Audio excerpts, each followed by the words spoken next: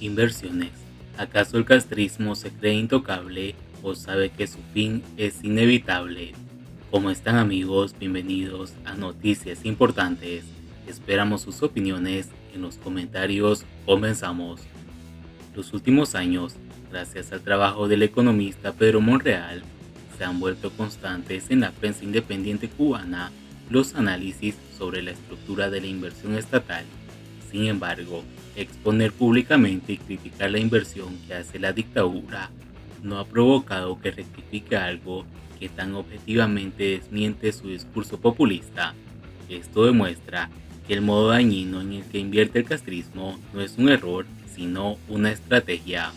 Antes de ver los datos diferenciales, en qué se invirtió más y en qué menos, que son los que desnudan los verdaderos intereses castristas, debe destacarse que en 2023 la inversión pública pegó un salto gigantesco de casi 10.000 millones de pesos, pasando de 32.000 millones a más de 41.600 millones, un extraordinario aumento interanual del 32% en lo que en política fiscal expansiva. Difícil de entender cuando la inflación interanual roza los 3 dígitos.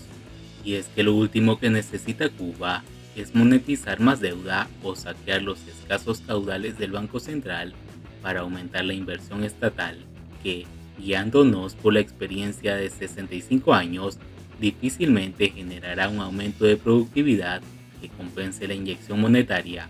Sin embargo, esos 10.000 millones extras, canalizados vía créditos blandos, podrían haber hecho una diferencia importante en la producción agropecuaria, reduciendo la inflación y el hambre. Lamentablemente, el castrismo sabe que mientras controle el cerebro, no tiene que preocuparse por el estómago de los cubanos. Ahora, ya entrando en los diferenciales de la inversión, vemos que se mantiene la concentración de los recursos en actividades relacionadas con el turismo.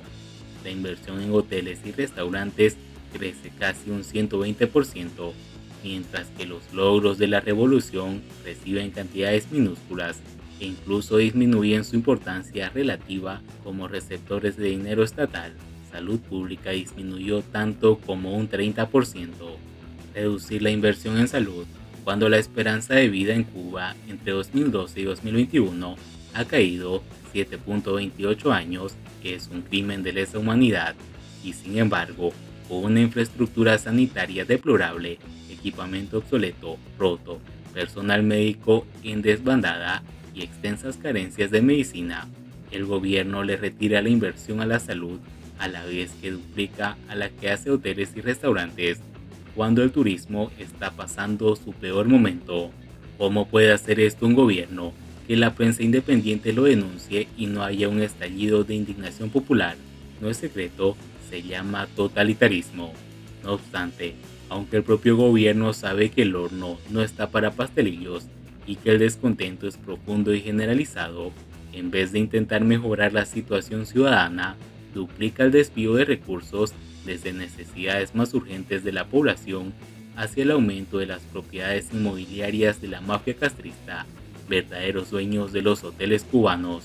Ante esta insistente denuncia que la prensa independiente hace sobre el uso de dinero de los cubanos, podría haber pensado que el gobierno, sintiéndose descubierto y expuesto en su latrocinio, modificaría su estructura de inversión enfocándola en resolver los graves problemas de un país que, entre 2008 y 2021, cayó desde el lugar 55 al 83 en el índice de desarrollo humano, la mayor caída de todos los países del mundo. Sin embargo, no hay un giro en ese sentido, porque, aunque disminuye notablemente la inversión en servicios empresariales, actividades inmobiliarias y de alquiler, que incluye la infraestructura para el turismo, este sigue siendo el sector del presupuesto estatal al que más inversión dedica el castrismo, llevándose el 25% de todos los recursos, y ya vimos que lo empleado en hoteles y restaurantes se duplica, gastándose en ello más del doble de lo que se dedica a agricultura, ganadería y silvicultura en este país hambreado. La noticia podría haber sido que no hay noticia y que todo sigue igual, pero que el castrismo siga haciendo lo que hace, aun cuando la prensa lo está denunciando constantemente, ya es noticia en sí mismo.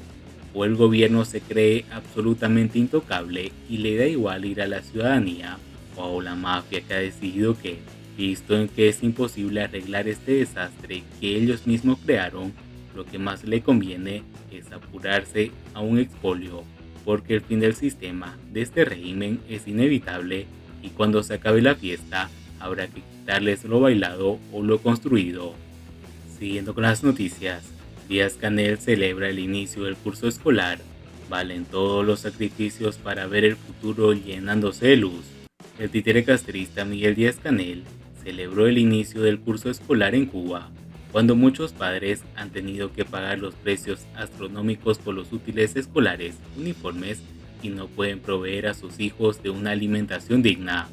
El día feliz ya llegó, vuelta a las aulas, a las clases, a los amigos, a la certeza de que valen todos los esfuerzos y sacrificios para ver el futuro llenándose de luz.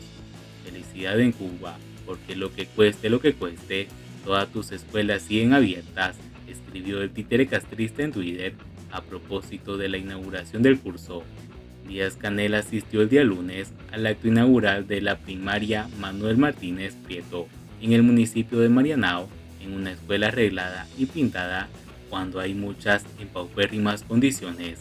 Decenas de cubanos criticaron la alusión de Díaz-Canel al sacrificio mencionado, cuando el país sigue construyendo más hoteles que escuelas y hospitales y los padres no tienen cómo costear el precio de los insumos que necesitan sus hijos, pero tampoco los alimentos. Muchos aseguraron que los niños no eran felices en un país donde a veces no tienen que desayunar y acuden a la escuela a ser adoctrinados. El curso escolar comenzó el día lunes en Cuba y será el primero que siga el calendario ordinario tras las interrupciones y años académicos incompletos debido a la pandemia del COVID-19. Sin embargo, pocos comienzos de clases se recuerdan tan penosos en la isla. La escasez de libros, de uniformes, de profesores, unido al alto costo de los materiales, preocupa a los padres y estudiantes. Conseguir los uniformes escolares también está siendo un problema. En la mesa redonda, la ministra de Educación había reconocido que las clases para 1.7 millones de alumnos entre 5 y 17 años no arrancarían en las mejores condiciones. Así aseguró Trujillo que estarían garantizadas las libretas, cuadernos, lápices, aunque el semestre sería ajustado y que se buscarían alternativas para solventar las insuficiencias de libros de textos. De igual manera, mencionó los problemas con la cobertura docente, aunque sin mencionar el éxodo sin precedentes que sufre la isla desde hace 2 años de jóvenes y profesionales en gran medida.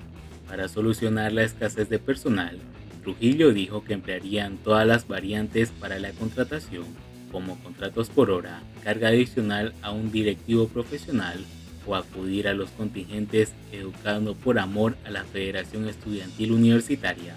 Por otra parte, la enorme carga económica por el costo de los materiales es algo que ya sufren todas las familias. Y bien amigos, así vamos terminando las noticias importantes del día de hoy. Por favor, nos ayudarían mucho compartiendo las noticias y así poder informar a muchas más personas de la verdadera realidad en Cuba. Patria y vida mis hermanos, nos vemos en el siguiente informe.